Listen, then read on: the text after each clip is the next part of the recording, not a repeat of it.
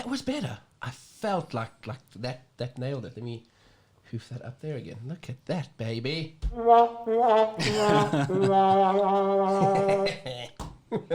That'll do, pig. That'll do. La la la, sing like pig. So what you been binge watching lately, dude? You know, I didn't think I had watched a lot, and then I kind of referred to my notes, and I was like, I've actually hit a lot more YouTube and movie series time than I gave myself credit for. Nice. First thing, I think we touched on in our last video was the DC Tuesdays on YouTube. Seriously, to any of our viewers out there, it's so cool that DC are doing it. Yeah, dude, I'm just like I hadn't heard about it, so I'm super keen to go like binge and check that out. Yeah, catch up. and I think there is even a hashtag DC Tuesdays, so it just should bring you a lot of that content. And the one that was on top of both of our minds was the Secret Origin. Yeah. I suppose you could say the secret history of DC Comics. I don't know why. It was probably one of the first comic documentaries that I ever saw, and it's narrated by Ryan Reynods. It was literally off the back of, I think he'd just done Green Lantern, so he was probably the most prevalent of the actors in their stable at the time. And most people would think Ryan Reynolds narrating, but for me, he nails it. He's got the right inflections and emotions at certain points. It works for me. Did you know what the thing is that, I know it's easy to forget how talented Ryan Reynolds is because everything is like this Deadpool humor.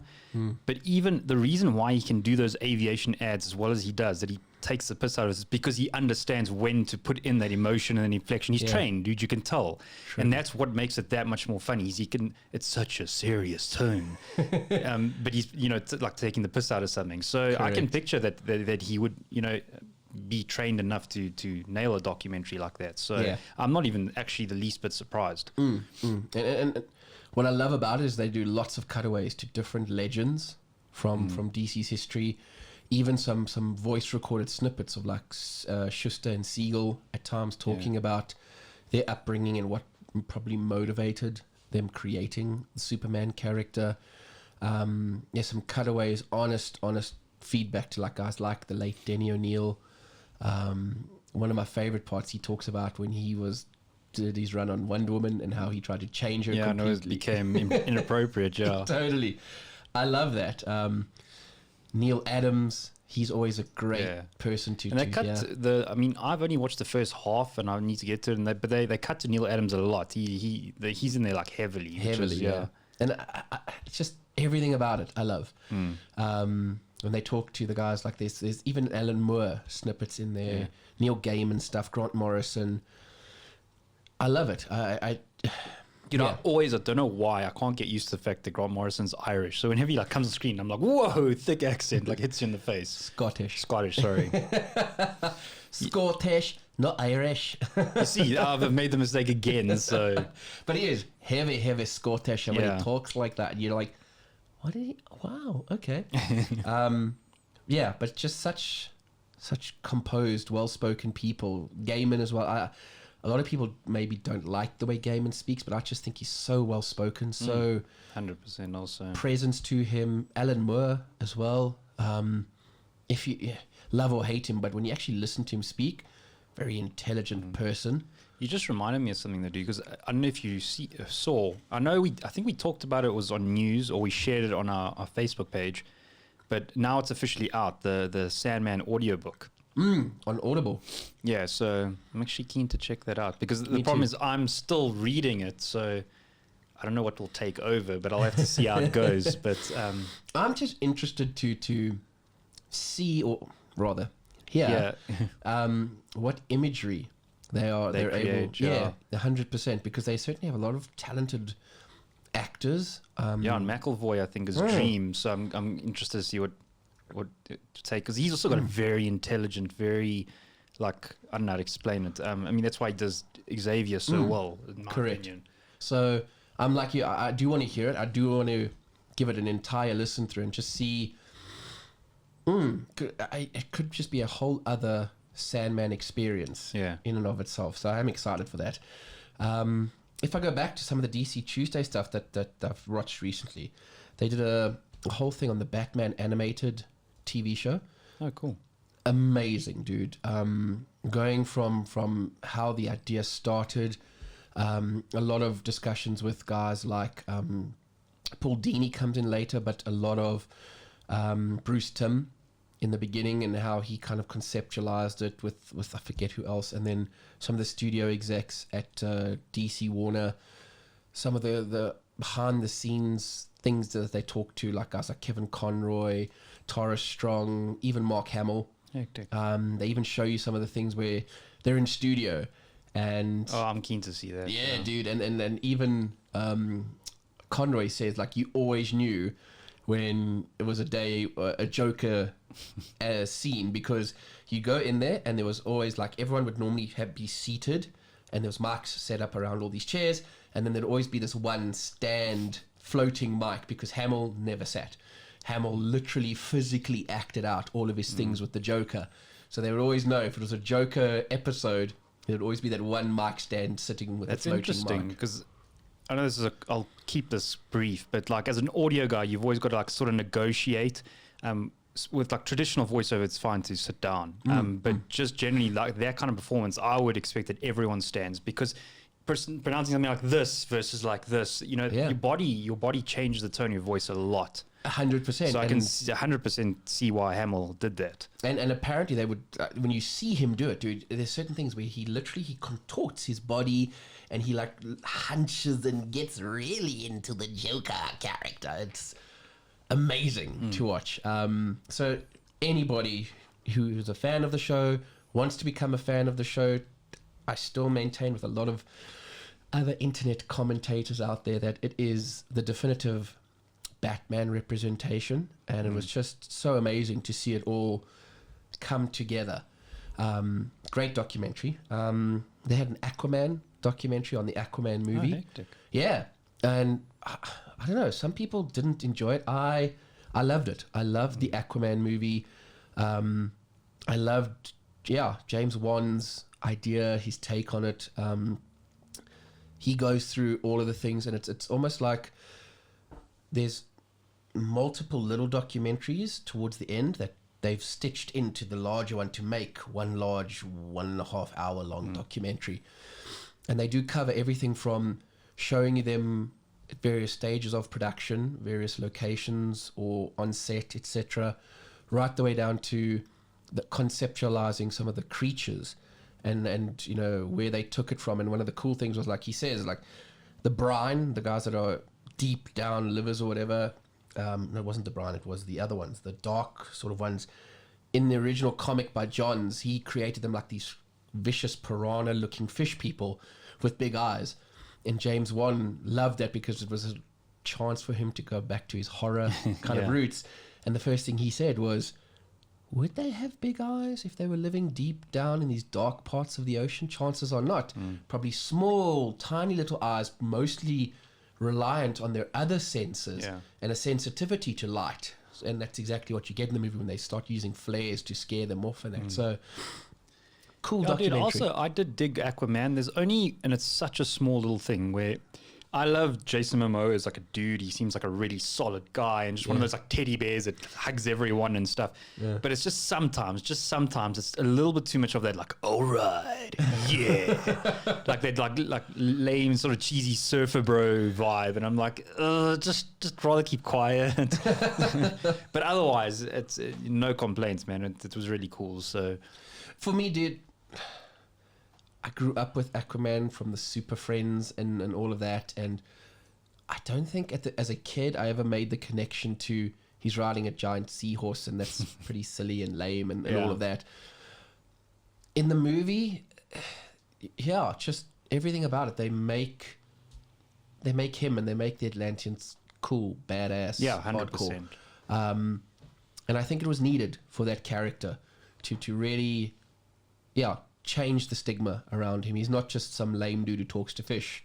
He's hardcore and badass in his own right, and that's what I enjoy. Yeah, it's funny you say that, because that's one of the pet peeves I had, where to me Justice League felt rushed when Stephen Wolf went and got the mother boxes. Yeah, like yeah. he just kicked the crap out of like the Atlanteans, and I'm like, and even the Themyscira, the Amazons, and I'm like, come on, man, you know they would. I know Stephen Wolf's damn strong, Sure, but really, would you just... and it felt like they had to rush that. So okay, I got the mother box. Let's continue the story, and I'm like, Mira and Aquaman would have put up alone like a bigger fight. Yeah, 100% with you. And especially in their environment. Like, you really want to go toe-to-toe with Mira in the ocean? Like, Yeah. you're going to come fucking short.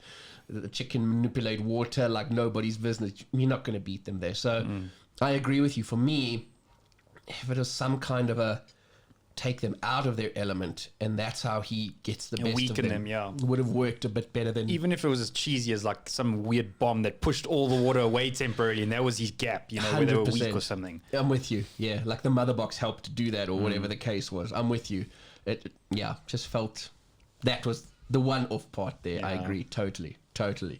Some other cool things that I got to watch, dude, movie wise. One that's kind of been popping up on my news, on my Netflix, timeline a lot was Gemini Man, Will Smith. Haven't seen it yet. I actually kind of enjoyed it. It's just he's this seasoned assassin kind of dude, best in the game. And as he wants to dial out of it, there's a lot of movies around that, you know, you don't really get out of that game. They'll just... John Wick. All of that. So same kind of premise. You can't just get out. We're going to just remove you. And they send an assassin to take care of him. Just so happens to be him. And it goes into this whole genetics, cloning, all of that. And it's a younger clone of him coming or sent to take him out. Okay, I think I've seen the trailer of that. And at first I was just like, God, I think I've kind of, you know, seen and done this to death. But it was cool. I really enjoyed it. The action scenes were great, were on point. Just overall, I liked it. A good, interesting thrill type of movie. Not too hectic into the plot, but still good. Clive Owen's in it as the overall bad guy, trying to take him out. And Clive Owen is bang on point as well. So, yeah, thoroughly enjoyed it. Good watch, good entertainment. Give it a look if you've got some hours to kill. And then on that was the new one with Charlize Theron. It just came out this weekend. I saw, I was actually trying to think what it's called. The Old God. I haven't seen it yet though, but I literally watched it last night. Okay, cool. And was not disappointed. It's this. It's a group of them that are immortal. And I think the thing that I enjoyed about it was there wasn't any kind of... As soon as you say the immortal and they're like these warriors, soldiers, fighters, a lot of people instantly kind of, at least our generation, make this connection to Highlander, classic Lambert, Sean Connery film. And the Queen. Yes, the soundtrack that will probably stand the test of time forever. Yeah, 100%. Princes of the Universe. There we go. I know it's one of your all-time favorites. Here we are.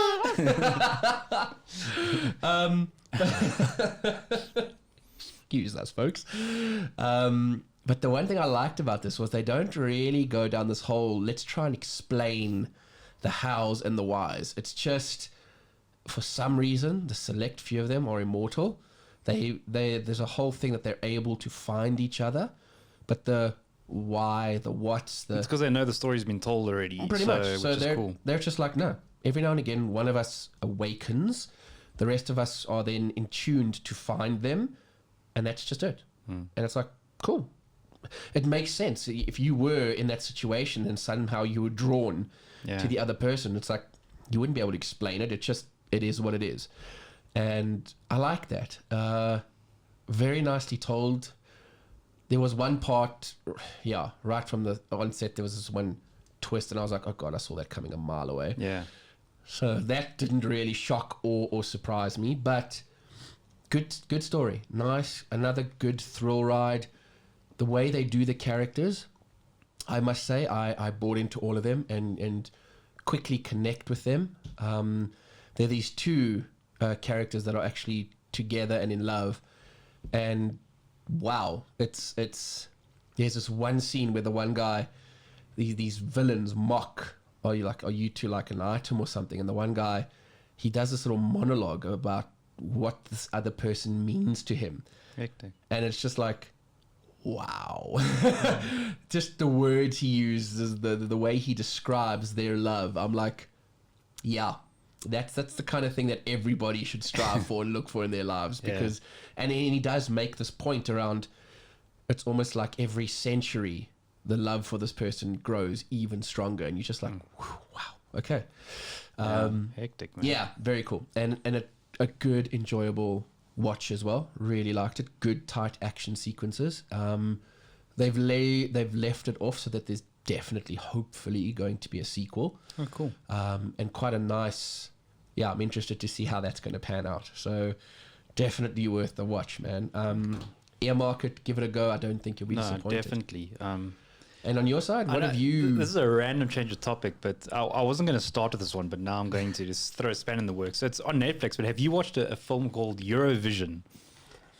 It's coming up. It keeps popping up. Will Ferrell. I'm dying to. Absolutely. It's like...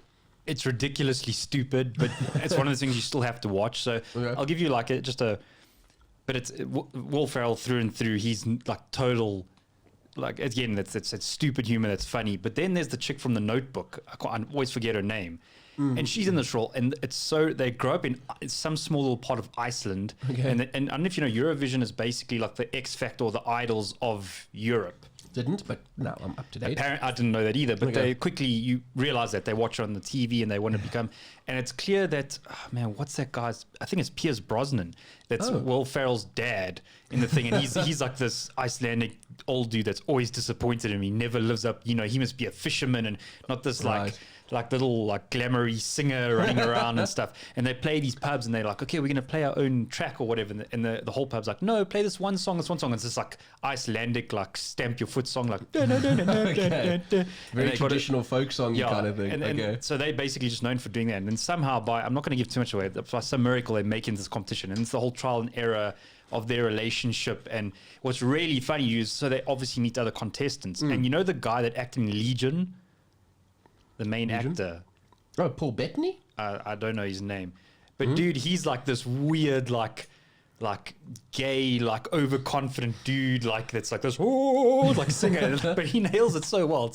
It's so over the top. But like, and the worst part is like, it's one of those things where at the end you kind of like, when they do like their last song, you're like, damn, in the feels, like, you know, they have their moment where they come together and, you know, they break free and like, but there is like this stupid side humor where like the Notebook chick like believes in these little elves and it's like so ridiculous, but then it's like, it like throws this hint at you like they might be real. And it's like, it's such a ridiculous movie, but dude, it's still one of those, like, you should watch it if you feel like something fun. Definitely. And I'm a big Ferrell fan. I mean, yeah. And then another one that jumps out at me, dude, I did get it on a download. It was in cinema recently, but there's another reason I like this, but the film's called 1917.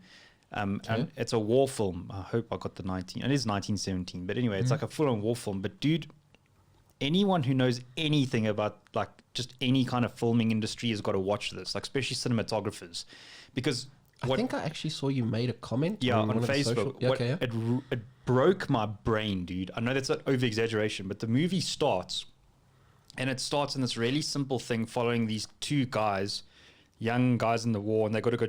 They get called. They got to do this impossible little task, and they got to go on their own mission. And the one guy, he actually hears his brother that's in the platoon that's about to be bombed unnecessarily. They're running into a trap. They got to get past like through the Germans through this no man's land or whatever. Yeah. So is he going to try and save his brother before? Yeah, and it's him and his friend. But what makes it so incredible is the film starts. Now, you know, we know from this podcast, we cut to that angle, and you know, it creates a flow, whatever. One camera movement, and it starts with their story, and it doesn't break for 33 minutes, I think it is, dude. Jeez. And it goes through different sets, it goes through different things. And what you got to understand about the logistics of it is they've set up obviously this monstrous set, and all these actors walk in at the exact times, they say lines at the exact time, and they're passing through their story that goes through the barracks, through this, there's explosions, there's this, there's that, and like every time I'm like, okay, they're gonna cut you, they keep going, and it's one shot, dude, and you invest it in their sort of point of view. Yeah. And I sat there, like I stopped the movie and I just like sat still for a while. I was like, the logistics is just like, and then there's one thing where, and most of the film is like that, but every now and then, like, but after really long, they'll have one or two small cuts when they need to. But most of the film has got that kind of vibe to it, and it's like, it's full like war scenes, dude. It's not like a small little scene in this room that they don't break cut. Like, it's this whole. And the thing is, it's why I bring that up is because it's one of those things that you could easily miss because it's so captivating. You don't even notice it flows so well that they are not editing. Like in your mind, you don't even think about it. But if you stop and watch it like that, you like no, wait, no, there's an edit, there's an edit, there. And it just keeps going, dude. It's and I think the one edit point is when like physically a plane flies down and crashes by them. I'm like, okay, they needed visual effects and stuff, so they cut there, you know, like, but. The whole way through, dude, and I'd recommend anyone, even if you just watch that intro, dude, like, I actually want to see if I can send it to you. You just watch even like the first 15 minutes, and it's, dude, as a filmmaker, I was just like, what? Like, yeah, that it broke me, dude, like, in a good way. But, and yeah, dude, then I also started watching this really random Netflix show. Kira and I started watching it together. I don't know what I think about it yet. The concept's cool, but there's parts of me that's like, oh, this is cheesy, but okay, no, it's still okay, and it's somewhere in the middle. But I actually might get the name wrong, but I think it's new on Netflix. It's called Warrior Nun. I'm watching the same thing, and I want to hear your comments because I think I might share them, and I'll reference our good buddy, I'll reference our good buddy Brynmo. B, shout out to Bryn. Because the thing is, like, so I had no reference going, it was just a random show Kira put on. And I think the concept of carrying around the artifact of the halo and the fact that this angel handed it down, like the concept, and there is always this like unknown character that's a wild card that makes a story interesting. Sure. And that's cool. I keep thinking the main actress looks like Emily Clark's sister. Is it Emily Clark, the Game of Thrones lady? Now you're asking the wrong person. In Game of Thrones. but anyway, that's irrelevant. But I just think the execution, like the scene where they show the angel handing down, it like really feels like cheesy, man. Like they could have put more visual effects in that, and I don't like the way the halo lights up on her back. It's like, ugh. But like I said, like it has such potential. Like it's got a cool concept. It's so funny you say that. My notes right here on that show is question mark, not sure, has potential. And it was so funny because last night, just before I started watching Netflix, Bryn messaged me to say, dude, what are you up to? Are you on Netflix yet? And I was like, I'm about to start. And he was like, The Old God. You need to watch The Old God. And I said to him, cool. I was torn between maybe watching that. I saw it just popped up on my timeline versus carrying on watching Warrior Nun. For those that don't know, Old God is based on a comic book, which is quite cool. I'm trying to track that down to see how the story compares. And Warrior Nun is based on a comic book. The original was Warrior Nun Aurelia. So in the show, they reference that original Warrior Nun Aurelia. Okay. That's the main original character. So this is obviously Gen 2 or Evolve or whatever it might be. And yeah, I haven't read the comics yet, but I had the same thoughts that you did around, nice idea. An angel literally gives up his divinity by passing on his halo. Would the halo be metal? In like that didn't make sense to me. Surely it would be some kind of magical, ethereal thing that would almost be intangible in a way, as opposed to like you could clamp onto it with like a blacksmith's kind of tool, and when you do it, it looks and sounds metal. It just that scene as well. This angel, you'd expect a lot more majesty and divinity around it, and it just wasn't there. Like a soldier taking a sword and giving it to like. And even that scene, like in the beginning, where they're fighting over it, and it's the scene that leads to the wild card like goal getting the guy that tries to grab with his hand. I'm like, the thing is glowing. Who's gonna grab it with their hand and burn off their fingers? Like, it seems unlikely, but anyway. For me, dude, excuse me. I would have played more along the lines of, this is one of the most divine, holy things that you get if you're not a good person or good inclined, almost like think back to Guardians of the Galaxy and all them trying to grab an Infinity Stone. Unless you are divine, special, whatever in some way, the thing's going to just decimate you. Yeah. Correct. You're literally touching the divine. So when an evil person, a demon or whatever tries to, I get it. It shouldn't even just melt through his hand. It should just decimate the dude. If you're a normal person, it should scar you initially, but the longer you hold it, it should start to then kill you, unless you were destined in some way to have it. And that's what I don't get, dude. So this will be like a final comment I'll slip in, but like if you look at the demon that's attacking them, I think the visual effects for a TV show is actually quite good. The demon looks pretty badass. Sure.